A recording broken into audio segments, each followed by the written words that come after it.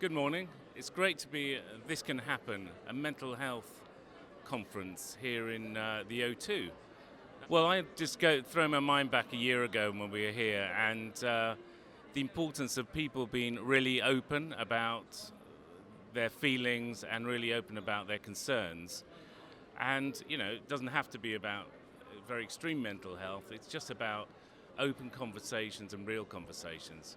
So it's a fantastic thing we've been doing at DLG to encourage that. I call it being a nosy friend, but other people call it different things.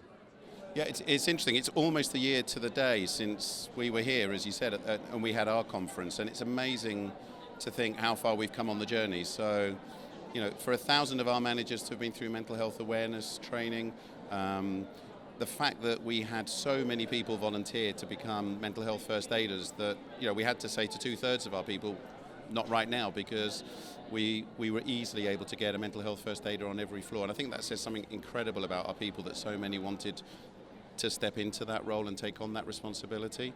I was talking to one of them in the coffee area just a few minutes ago, and on their site, he has already spoken and helped 11 people just in his part of his building. And I think that says everything about how far we've come, but we've got a lot further to go before we really are able to do what you said, which is have really open, honest conversations everywhere in the business and know how to support people around mental health in the same way that we'd want to support people about anything else.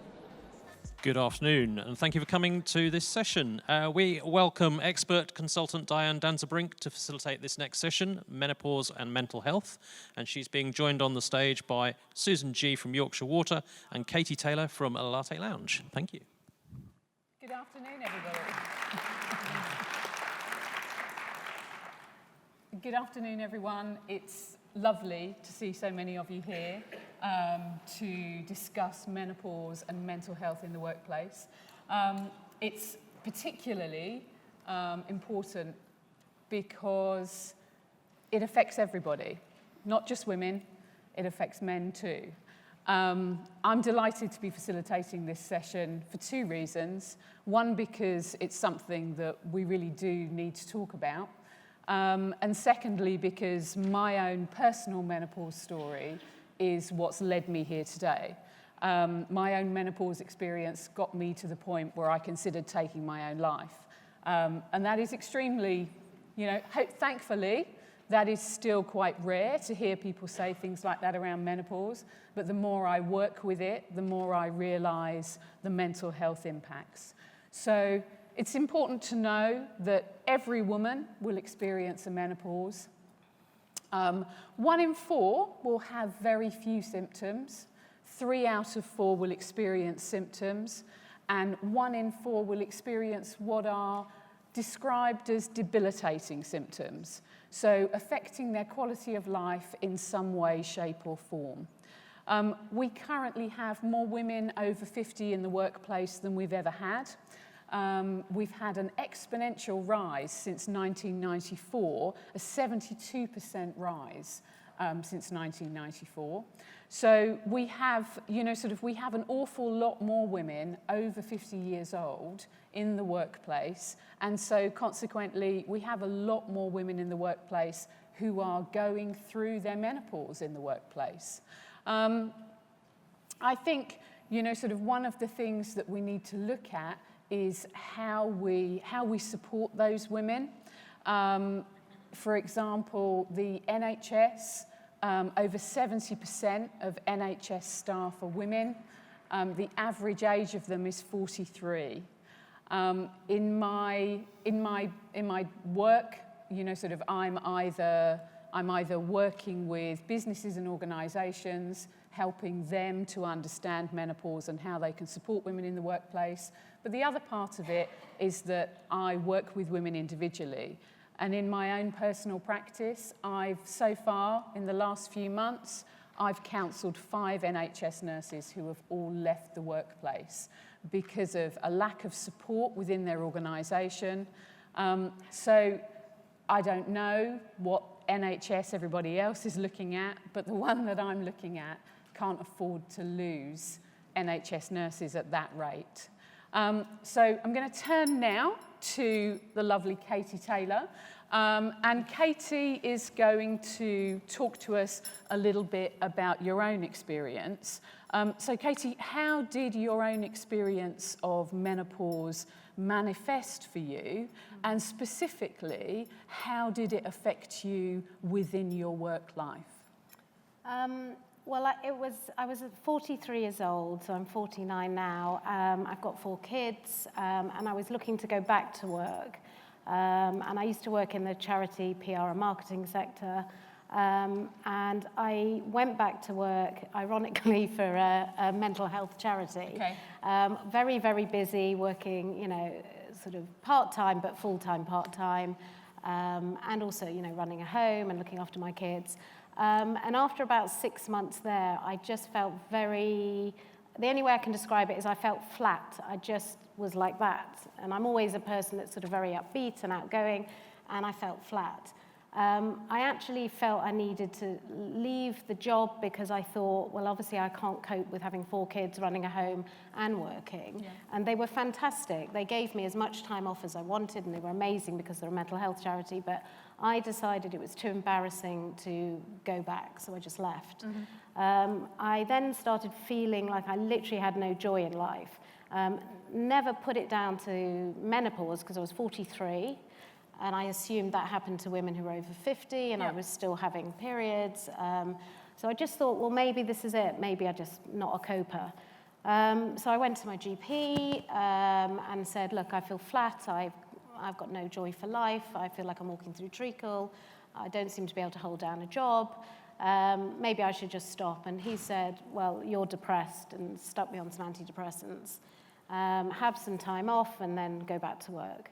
So menopause was not mentioned? Menopause wasn't mentioned at all. Nothing was not mentioned? Nothing. Not had even heard of that word. Okay. Had a few months at home and thought, right, this is ridiculous. I'm not the sort of person that does nothing. Applied for another job and worked for another charity for about 2 years. But then other symptoms started happening. So I got brain fog. I'd go into a meeting and I'd just have total brain fog. It was like I couldn't quite think what I wanted to say. I then was very teary. I just sort of felt like every time anyone said anything, I'd go into a meeting and I just feel like I wanted to cry. It was just really embarrassing, and I just thought, well, I just can't work. Obviously, I'm just, my husband said he'd support me, and I gave up that job, and these were 2 amazing jobs. Right. I went back to the GP, and then I said, I'm starting to feel anxious, I've got anxiety, I'm having panic attacks, I just, and no one had ever still mentioned menopause. Yeah. So I went off for brain scans. I thought I was having dementia because I couldn't think straight. Yep. I had heart tests because I had heart palpitations. Antidepressants just made me feel like that. And then went for a 3rd job. Yet again, I thought, well, maybe being at home is not good for me. I was sleeping all the time.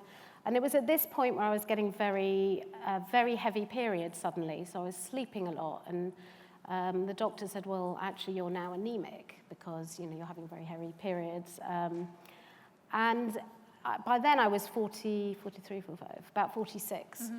And I actually went round to my father, who's a breast cancer surgeon. He's retired now, and I just burst out crying. I said, Dad, I'm wasting my life. I just 4 years of this. I just don't know. Am I going mad? What's wrong with me?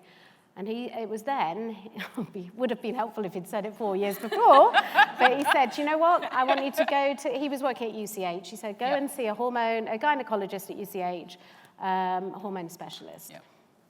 Half an hour of her asking my symptoms, and she said, oh, it's obvious, you've got perimenopause. And this was the first time anybody had mentioned it took 4 years to get to that, and I said, well, what is that? I'm not menopausal, I'm having periods. And she said, you've got classic symptoms of, brain fog, anxiety, low mood, depression, walking through treacle, brain fog. I want you to start on HRT. How did you feel about that, Katie? It was like a light bulb moment. Okay. I actually said, are you serious? All these things have an explanation. I'm not going mad. I actually thought I had dementia. I thought that was it. I was terrified there was something wrong with me. She said, no. Classic. So she said, come back and see me in a couple of months. And I went back to see her in a couple of months, and I literally got my life back. Yep. I came off the antidepressants, and I was like a new woman. And I felt really angry. I felt really, really angry. And that light bulb moment made me come home, and I lay on my bed, I remember it really well, and I turned to Facebook. And there were lots of Facebook groups for sort of mums with young kids, but they were all talking about nappy rash and buggies, and I wanted to talk about, you know, kind of a midlife woman and what, you know, and did anyone else feel the same? Yeah. And 2,000 women that night felt the same. So I spent 48 hours approving Facebook members, and now, where are we? 2.5 years later, we've got about 14,000 women over 40. We talk about all things midlife, and a lot of the stuff that comes up is that women want to work, they want to go back to work, but they don't feel supported at work, they feel embarrassed to discuss their symptoms, and whether it's because I think us midlife women, we juggle everything and we don't look after ourselves, and when we're not coping, we blame it on everything else, but it's very rare that we actually look at, you know, what's wrong with us. So, what do you wish you'd have known, Katie? I wish 3 things. I wish I'd known the word perimenopause and that it might happen after the age of about 40. I wish my GP had sat me down on that first day and said, hang on a minute, we've got a woman, she's 43, she's crying, she's got brain fog, she's got anxiety. Let me just ask her about her periods. No one asked that. And I wish I hadn't been put on antidepressants, and I wish I hadn't left those 3 jobs. And talking of the jobs specifically, what is it that might have helped you within those workplaces? Is there anything that you would, you know, sort of you would like to have had?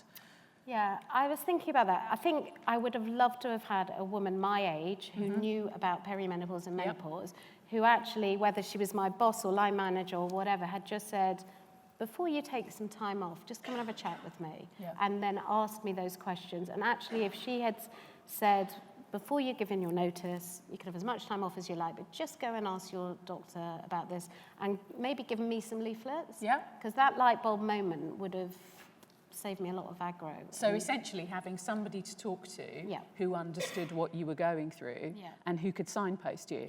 I mean, it's pretty simple stuff, isn't it? It is, actually. And I'm really impressed with all the guys who are here. There's a lot of guys here, and I'm really, I want to applaud you all for coming, because a lot of the problem is that us, you know, men are embarrassed by talking about, you know, girly stuff.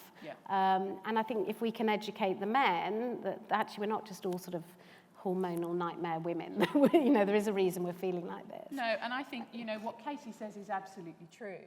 For women, at no point are we taught about menopause. So how on earth are men supposed to understand? Because they're not going to go through it. So if we don't understand, and you heard there from Katie, you know, sort of how important it is. Somebody with me. That's somebody. That was one of our microphones, sorry. You heard from Katie how important it is to have the knowledge, because knowledge is power. It allows you to be able to make some decisions for yourself. Now, Susan, this must have been really resonating with you. Ladies and gentlemen, this is Susan G. Susan is the occupational health lead for Yorkshire Water. So this must have really been resonating with you because of what you've been doing within your organisation. Can you tell us where the idea came from for you to start doing some work around menopause? Well, what we'd committed to as an organisation, we've got a wellbeing strategy, which is not unusual. And part and parcel of that is that we've committed to putting all of our managers, all of our people leaders through a 2-day mental health first aid course. And some of the themes that were coming up through doing that were issues around women reporting mental health symptoms and questioning whether or not that might be to do with the menopause. It was an issue I was aware of, and it was certainly coming up in occupational health, and not necessarily always in a positive way. So one of the things that we were seeing were women who were maybe had gone from being performing, I don't say to absolutely not performing, but then women who were very confident, and you know, work in the water industry, and despite it might sound like it's not an exciting industry, it's actually really fascinating. So there's lots of scientists in there, there's lots of really clever women and men, but, you know, so these women are going from really performing to struggling and, you know, weeping and can't think what they're going to say in meetings and all this kind of thing. So you're seeing a significant So we're change. seeing people then getting referred to occupational health because they're struggling. And we also have a system where people can self-refer. So they can refer in confidence. And that was revealing in itself because people sort of, it's a bit like Field of Dreams. You build it and they come. And they sort of crept towards it. And they were coming to speak to us about it. For me, I was thinking about what do we need to do, but the heavens kind of lined up for me, thank goodness. And I was approached by a company called VMG Associates, a lady called Margaret Wood, who's actually in the audience today. And Margaret was lobbying Parliament to look at the impact of the menopause on mental health in the workplace and what should be done. And it was all linked up with discrimination and equal pay and lots of things that have been on the agenda. And just at the same time, an employee came to see me and she said, I really want to do something because I'm really struggling. I've been to my GP. That hasn't been particularly helpful. That's not to say they weren't entirely helpful, but not particularly helpful. And I thought, wow, great. So I organised a meeting and I met up with Margaret, and Margaret put the submission into Parliament to look at that. At the same time, ACAS then had started to develop a toolkit, and they wanted a big employer to try that out with. So they used us. And I used, I'd like to give the young lady who run the group, Deborah Muldrig. She was our employee representative, and Deborah picked it up, ran with Margaret, and off we went. So from that, what have we actually done? I suppose that's what you want to know. What are the kind of some of the takeaways? So the takeaways are, what we did is we hooked up with a company called Henpicked. So we've developed a video. It's actually... In fact, we're going to see a that? minute. Yeah, we're going to just see 1 a minute of of it. that. Any moment, maybe now? Let's talk about the menopause. Menopause, it's always been around. So why do we need to talk about it now?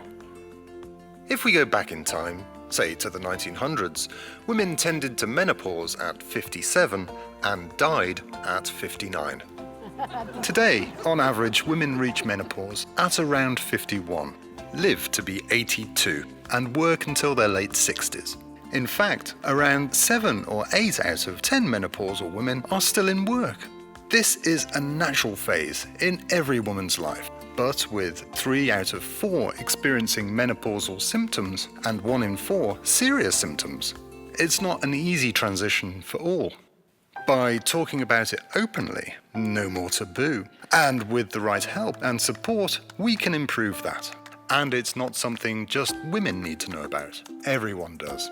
Whether it's you personally, or you're playing a vital role being there for a partner, family member, friend, or colleague. Menopause is a natural stage in every woman's life that is usually defined as when a woman has not had a period for 12 months. The following day is classed as menopause. Perimenopause is the time leading up to menopause, during which a woman may start to notice changes. Postmenopause is the time after menopause. When we talk about menopausal women, we mean those in perimenopause or postmenopause. So how's that been received? It's been received very well. We've put that on our intranet. So what we did do just prior to that was Deborah.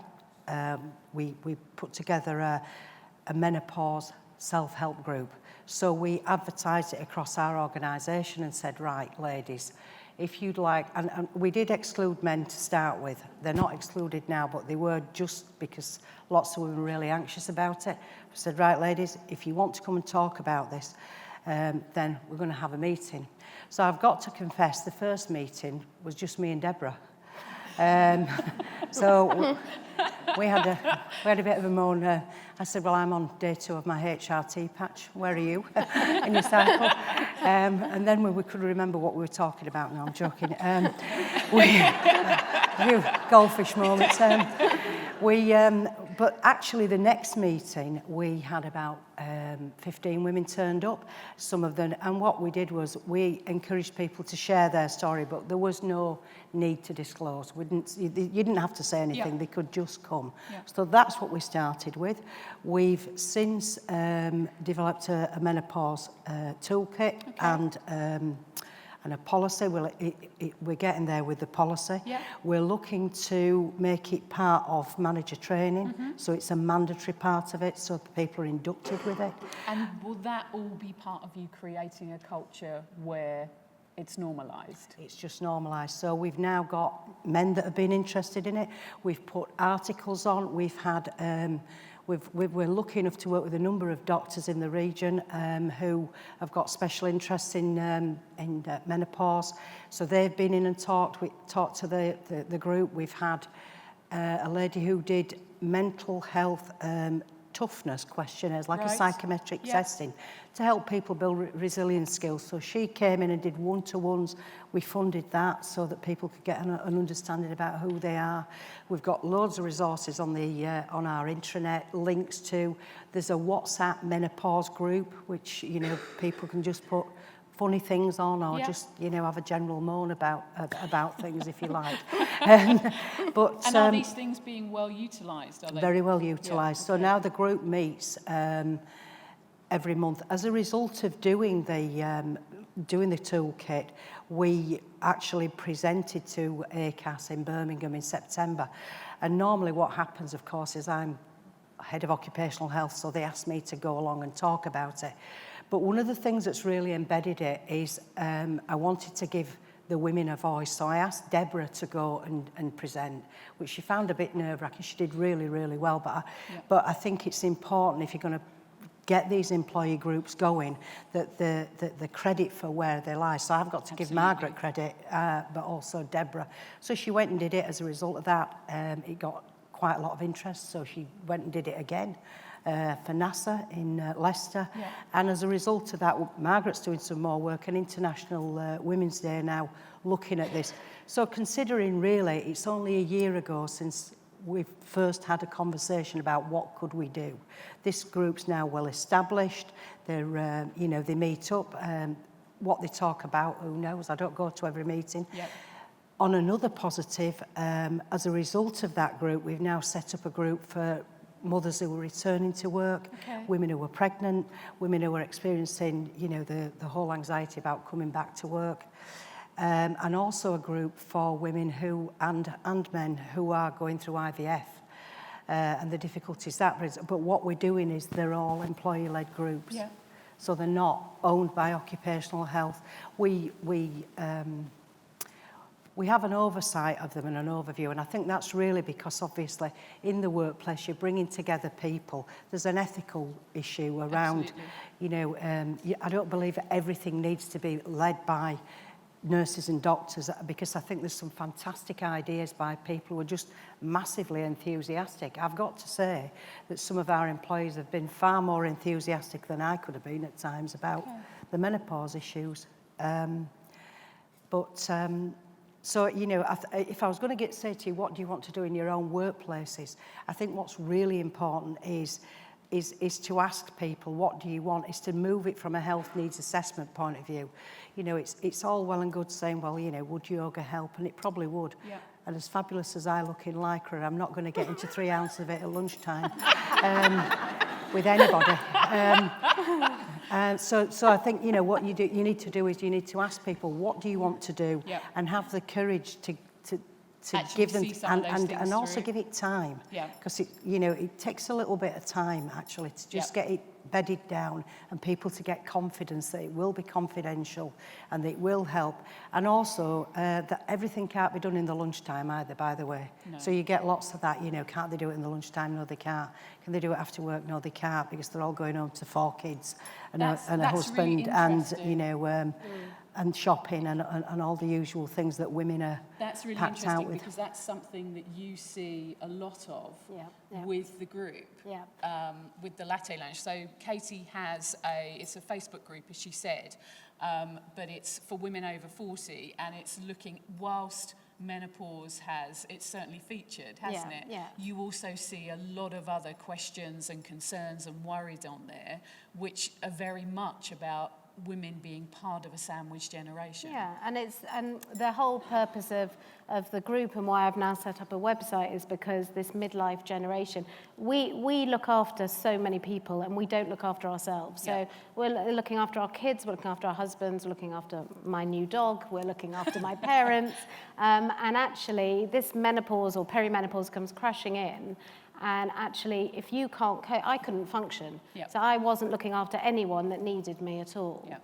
And I think I've actually built now, I'm constantly building a medical advisory committee and team of advisors like Diane here to support me, to support everyone else, because I'm on this group, my God, 6 in the morning till midnight, and I get thousands of private messages in and talk about mental health. My mental health is getting affected because I'm trying to help so many women virtually. And but it does show what the need is, there's a massive need, and there's a lot of women that post anonymously because actually they don't know where to go.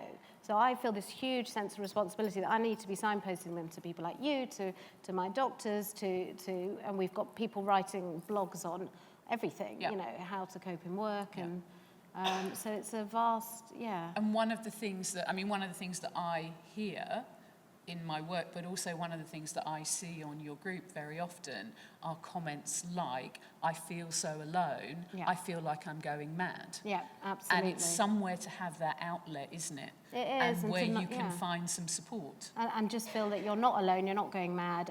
And also, one of the things I didn't say was, I never had hot flushes. Most people think that is the only symptom. I didn't have that. So I just assumed, and the doctor said, well, you don't have hot flushes, so you're fine. Yeah. But these support groups are great, and Diane also has a Facebook group, the Menopause Support Network. And what I try and do is when people need a lot more detail and help is actually get them to join your group so that you can support them, because people come to us for everything. So. But it's, sort of, how is it, in a few words, how has this whole experience, how has it affected you? What's been the result of it? What would be your kind of key takeaways for any women sitting in the audience thinking, actually, I might be feeling a bit like that? It's completely changed my life and direction because I've now set up, I've had to set it up as a business because I'm working full time and I now need to try and earn some money to be able to pay other people to support all these women. But I just wish there was a tick list, which you actually gave me. I think it was the Women's Health Forum has this tick list of symptoms, and actually it's on my website and it's on your website and on my Facebook group, just to say, if you're feeling this, and that's a very simple thing at work for any line manager to say, you know what, come here for 2 minutes, just take this to your doctor. That would have been enough for me. Yeah, it would have been a start. It would have been a massive start, yeah. Susan, so listening to everything that, you've achieved a huge amount in a year. Thank you. And obviously it's been, as you say, the stars aligned with your staff member who came and said, I really want to do something about this. For you, how do you see the way forward for your organisation, but more widely with what you've learnt? What would you advise to other HR directors or OH managers who are here? What would be your takeaway for them? Simply to start by asking the question, because I think the fact is that lots of women are interested in this, and equally lots of men.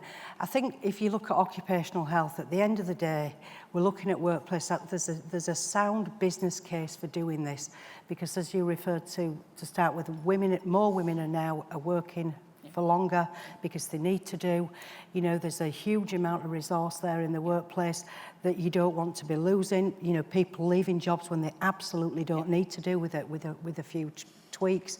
I think, so the business case is absolutely there.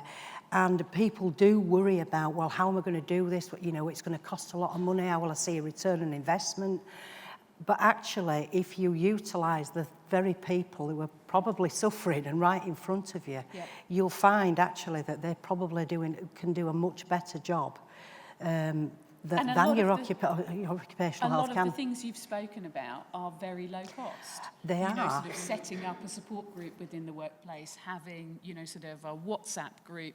A lot of those things do not don't take a cost huge anything. amount of resource. And I think the other thing about it is ultimately, if you look at the wider public health agenda, what we've talked about today at the conference, which is about how are employers going to help to impact on society so that, you know, people can be economically viable, because we know that good work is good for people.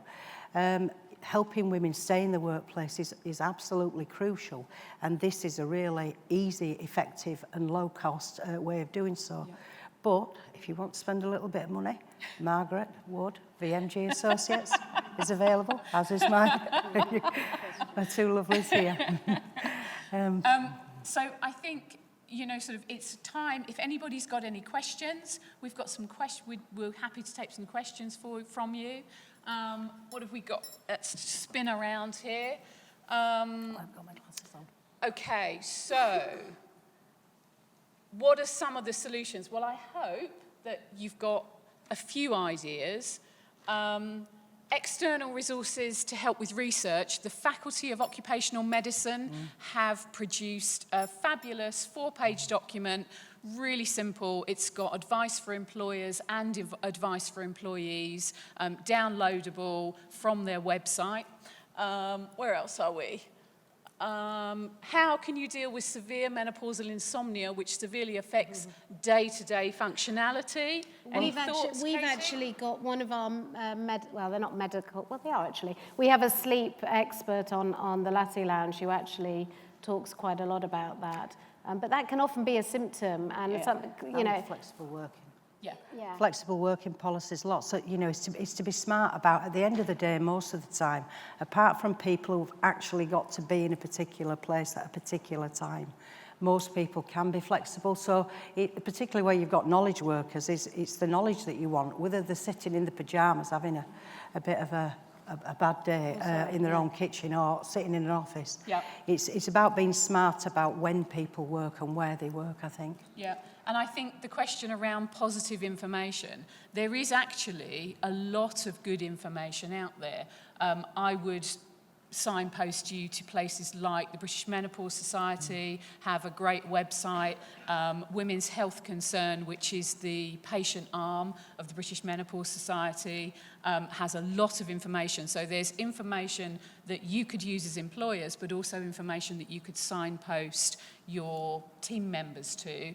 And the thing that I would say out of everything that we've heard is that menopause is so much more than hot flushes. It doesn't just affect women, it affects all of us. And at the moment, employers are losing good, valuable members of staff. We think, looking at recent surveys, 1 in 4 women considers leaving the workplace because of her menopausal symptoms. And that's generally because for most women, their anxiety and, you know, sort of psychological rather than physical. A lot of women never have a hot flush. And we know that 1 in 10 women actually do leave the workplace. So I hope it's given you some food for thought. Thank you to Katie and to Susan. Thank you for listening. Thanks.